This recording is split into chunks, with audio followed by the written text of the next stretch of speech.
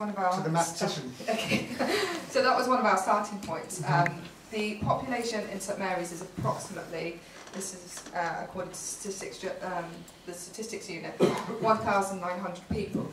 Now, if we did it on that basis, and on the basis that they're predicting that the current population is 105,000 people, then we'd actually need approximately 56 states members. Now, to be able to increase the number of states members, we know that's not politically viable.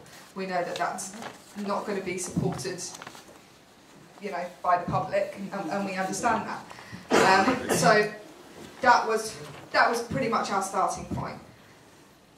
I think that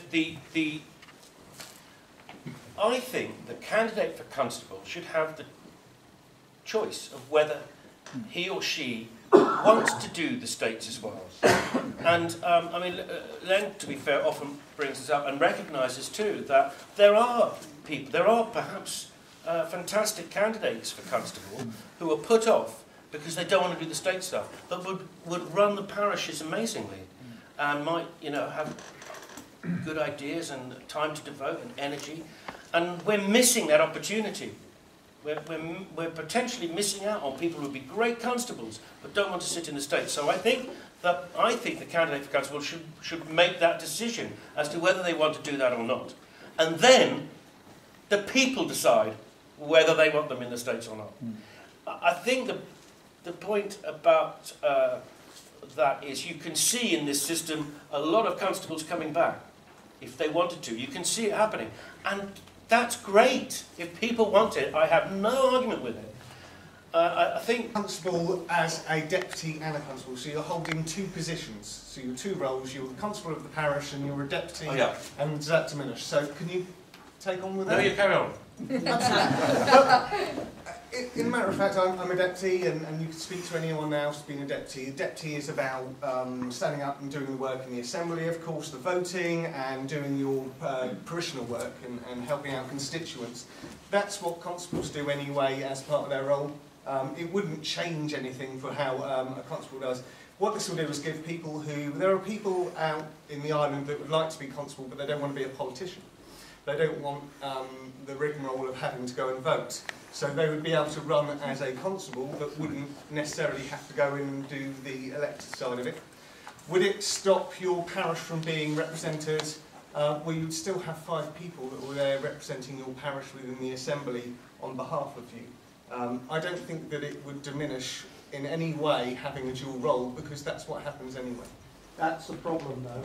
As soon as, for example, in this parish, you've got 2 deputies who are parish representatives.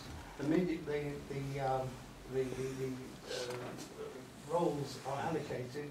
One becomes Treasury Minister, one becomes Deputy Treasury Minister, one becomes Home Affairs Minister. Who's looking after the parish? The other 2. Well, in the new system, the other 2, because you've got 5. Aha, but what if one becomes Speaker? Well, that's not going to happen, is it? Clement's taken over the state. Let's cross that bridge. I mean, sorry, can I just ask a question at this point? Because I think it's... Sorry, is that on? Yeah. Just ask a question at this point, because I think it's quite important. Why have PPC chosen to totally disregard the results of the referendum that Islanders took in 2013 to maintain constables in the States? Yeah. I'll tell you why. Because referendums are out of date almost as soon as the ink is dry, because things change, times change. That referendum, by the way, we are charged with a challenge from the electoral observers to bring Jersey's democracy into line with international standards, with the Venice Commission standards. And the Venice Commission is quite lax. It's quite, well, not lax isn't the word, it's quite relaxed. It allows for individual countries or territories to interpret the rules It does.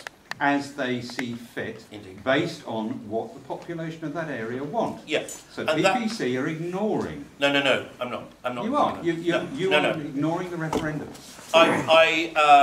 I say that the referendum is out of date. I say that What has superseded the referendum is the recommendations from the Electoral Observers Commission. Referendum on And this? one thing more, Simon. That referendum did not meet international standards in terms of how a referendum should be conducted.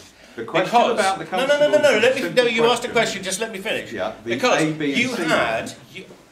oh yeah, well, I thought you were There about... was a separate question about maintaining the constables in the States. Was that their referendum in 2014? Yeah. Yeah, let me just finish this point, and we'll It come on to that wasn't one. part of the electoral reform referendum. No, It was an individual yes/no answer. Yes, and So what it we did had... conform. What we had... It was hopelessly lopsided. I ran the no campaign. And it was totally outgunned Yes. by the establishment running the other campaign. What we had... That's the, it wasn't. It didn't comply with. I just wonder if the two gentlemen could let Russell answer the question. He's come here to talk to us, to advise us. I know we've all got strong views, but I think it would be good if Debbie Loving would be allowed to. So, with the constables referendum, we had a yes campaign. It was a number of constables who had the time. It was held during a general election. We had a number of constables who weren't facing an election, as so often is the case.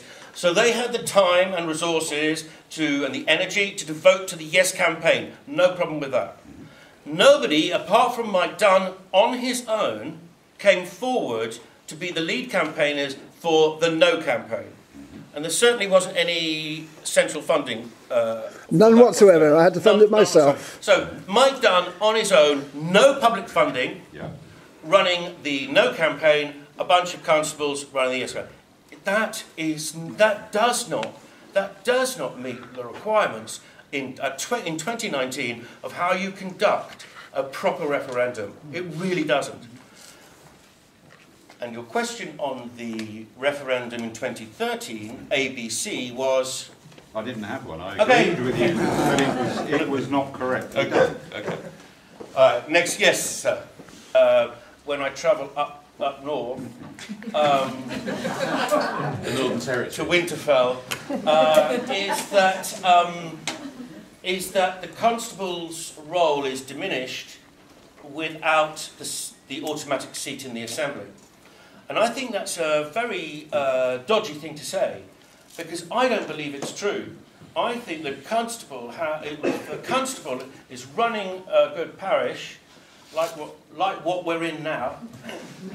That constable is not diminished if he or she chooses not to do the state's side of things. I do not see how a good, if he's a good constable or she's a good constable, you're happy with them, whether they sit or not in the assembly. Do you know, some of them could benefit from not doing so, not getting embroiled in political things. But it doesn't change the parish system at all. No. It doesn't change the parish system at all. And there you go.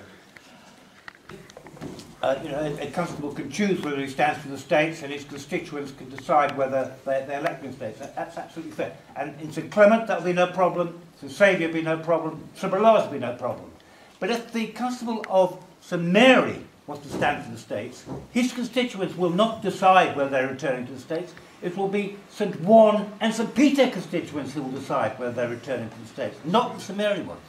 And he has a very good chance. And if all three constables decide to stand, that's going to cut down on the democratic deficit which you've identified. I'm not saying you're wrong, but I'm saying it is a complication.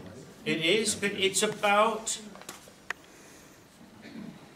so that we can achieve voter equity. It's about parishes coming together once every 4 years and forming a constituency, and there will be plenty of people in St Peter's and St Juan's who would love to vote for David Johnson, for example, fantastic candidate, qualified lawyer, that always goes down well, and plus he's a wonderful man and a really good States member. I think he'd walk it. All of the constables that I've worked with in the States in the last Parliament and in this one, I've worked very, very closely with Philip Le Sueur from Trinity. He's an incredible asset to the planning committee. I learnt my trade from Juliet Gavashaw. We're not political bedfellows. But I have most enormous respect for Juliet Galashaw, and she taught me everything I know in terms of running the planning committee, which I do as well, apart from this one. If Juliet stood in the constituents, I know plenty of people who live in St Wands who would love to vote for Juliet if she stood in the St Mary, St Peter, St Wands constituency. I think it throws open all sorts of opportunities to have a really good, 9 really good elections, really good candidates, and you can't second guess them. You know, it's in St Clement, of course, it'll just be one constituency, that parish. Same as St Bralard, the same as St Saviour. But in the multi-seat constituencies, I mean, my mum lives in St Wands. I said, well, you know, she said, what are you proposing? I told her what I was proposing. She said, it's a good idea. Why? Well, because she says, I've known elections in the past where I didn't like our deputy, and the guy standing against him was an even bigger twit. I'd like to have more choice. I'd like to be able to vote outside the parish. Yeah, but where did it come in? And that was a big player in the ABC referendum, because it was something that Sir Philip Balash said about 2 weeks before the election. I remember the headline: your rates, you know, your parish rates are going to go up to pay for the constables if you vote for option A. That sounds like an incentive to vote your constable in as a deputy. Well, of course, I mean, I'm straying onto territory that Len knows very much more than I don't see that there's any. The constables are paid for their job in the States, just as the deputies are paid for that, and the senators. That is why they get that salary as a States member. It figures that if they don't want to be a States member, they have said no to that salary. Now, whether in the future the debate is had as to whether central funds are made available to people who are constables and not in the States, or a portion of them, or whether the parish wants to up the honorarium it gives to its constable, well, that's a day for another debate. But people should not listen to those scare stories. One of them is that your parish rates will go up if the constable is not sitting. There is absolutely no requirement or need for that to happen. And the other thing is that the parish system we cherish will wither and die if the constable isn't also sitting as a member of the States. That is disrespectful to the constables. They have their authority by being good mothers and fathers of the parishes. There is no evidence to suggest that the parish system will be diminished. It might even be strengthened.